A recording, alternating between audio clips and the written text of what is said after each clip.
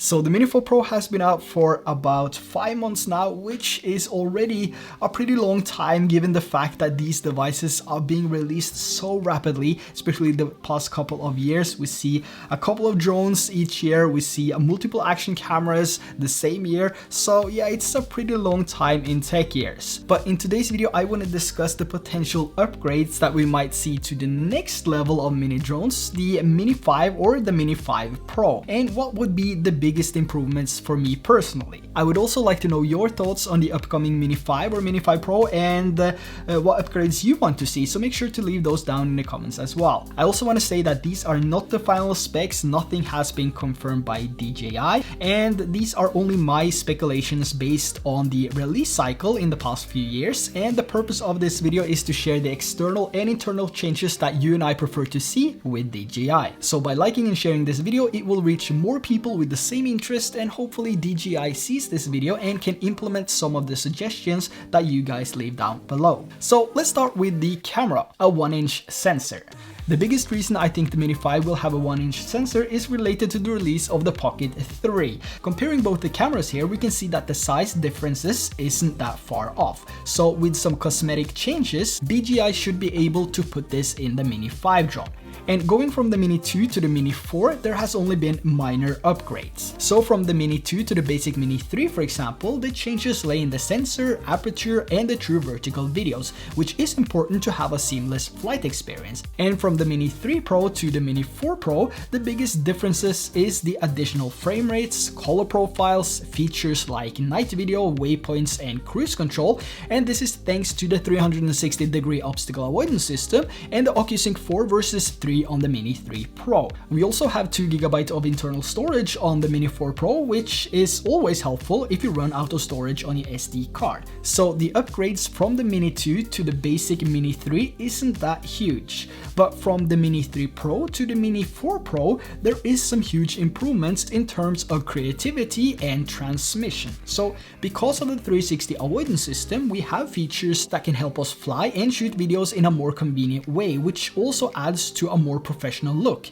even for beginners. When it comes to the release, I think DJI will do the same thing as they did last time, so we either get a Mini 5 or a Mini 5 Pro first, and then either a Mini 4 or a Mini 5, which is fairly stripped down, but also has features which makes it a better choice than the basic Mini 3. And when it comes to release dates, and this is all my speculations, I do think we will see this one coming late this year, so October or November. And for the price, I would take a long shot and say $899 for the standalone drone and $1,199 for the Fly More kit. But like I said, these are only my speculations based on the previous releases. Now, when it comes to upgrades, we might see a boost in frame rates yet again from 100 FPS to 120 FPS. This is just to make that Mini 5 a little bit more special and to actually have the differences between the Mini 5 Pro and the Mini 4 Pro. So it's gonna be that minor upgrade for some, but for someone that edits videos in 30 FPS, going from 100 FPS slow motion to 120 FPS slow motion is a huge difference. Now let's rewind a bit and go back to the 1-inch sensor and the aperture of the Pocket 3. If DJI decides to put the same Pocket 3 system into the Mini 5, that means we could see an aperture of f2, which I'm not gonna complain about. The Mini 4 Pro has a very bright aperture of f1.7, which almost forces you to use an ND filter if you want the best image quality for all different scenarios. And yes, you will still need that for the f2 aperture, but you might be able to go down a step on the ND filter you use, and in worst case, if you forget your ND filter, you're still gonna get a better looking image with less contrast and sharpness. But I do wish we get an adjustable aperture like we see in the bigger drones like the Mavic 3 Pro, for example, but I think this is also saved for the bigger drones, so it might still be a few years until we see this in a mini drone.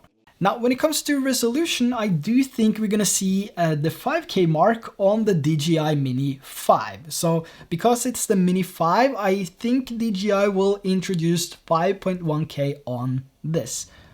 that's my thoughts. Even with the 1-inch sensor, I don't think staying at 4K will make this much better than the Mini 4 Pro, which has a 1/1.3-inch sensor, because the footage coming from the Mini 4 Pro is hands down impressive. So for people to actually buy the Mini 5 over the Mini 4 Pro, I think the improvements has to be huge, or at least noticeable. And I also think this is a good opportunity for DJI to introduce 5.1K or 5K in the DJI Mini 5.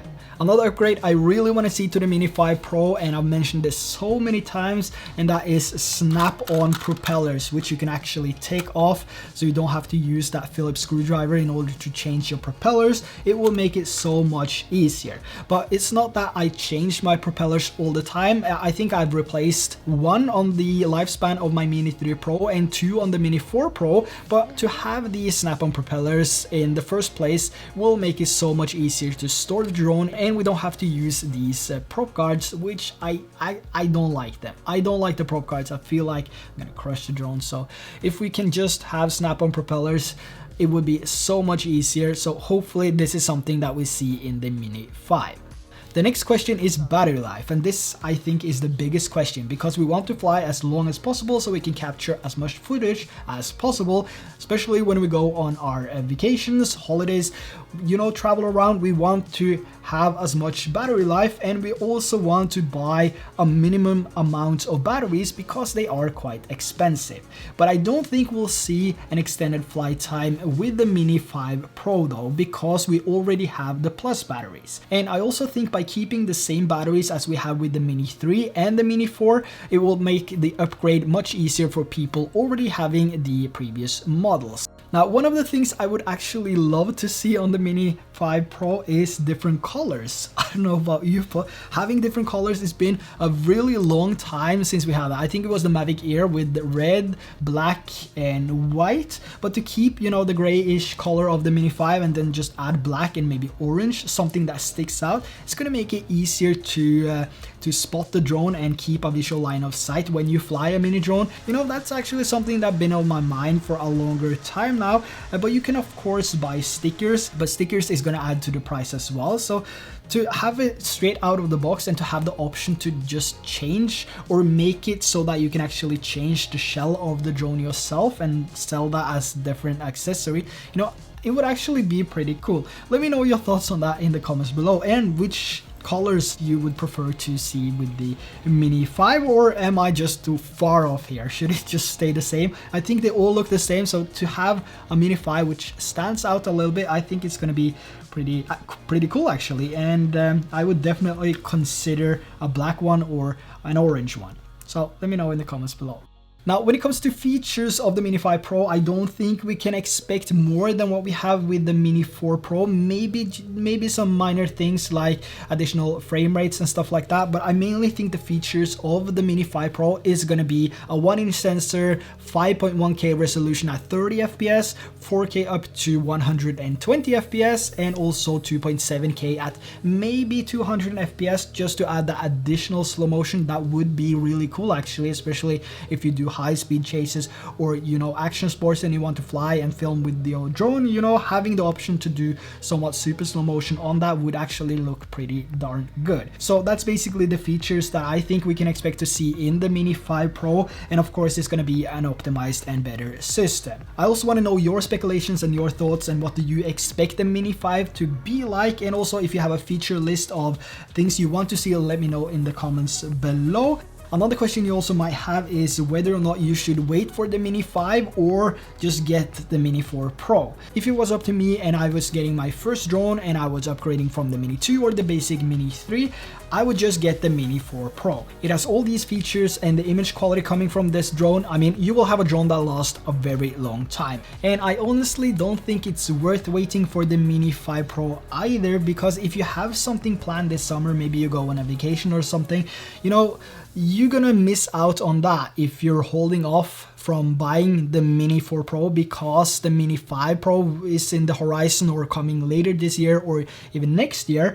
But if you just pick up the Mini 4 Pro, you're gonna be able to capture all those moments and capture everything that you want to capture and find out that this is an amazing drone. And if you eventually want to upgrade, it's an easy drone to sell because it's packed with features. It has that 360 obstacle avoidance, which is something that beginners really appreciate. So that means you can just sell the Mini 4 and just grab the Mini 5. So if you have something planned this summer, just get the Mini 4 Pro. It's the best drone I've ever flown, and it's just amazing how capable this drone actually is. But if you're not sure if the Mini 4 Pro is the right drone for you, I will leave 3 videos down in the description below, which will definitely help you make a buying decision based on your needs. So there you have my thoughts and speculations of what I think the Mini 5 Pro will be like. If you enjoyed today's video, make sure to drop a like down below, and also if you're brand new to this channel, make sure to hit that subscribe button so you don't miss out on the upcoming DJI Mini 5 Pro videos.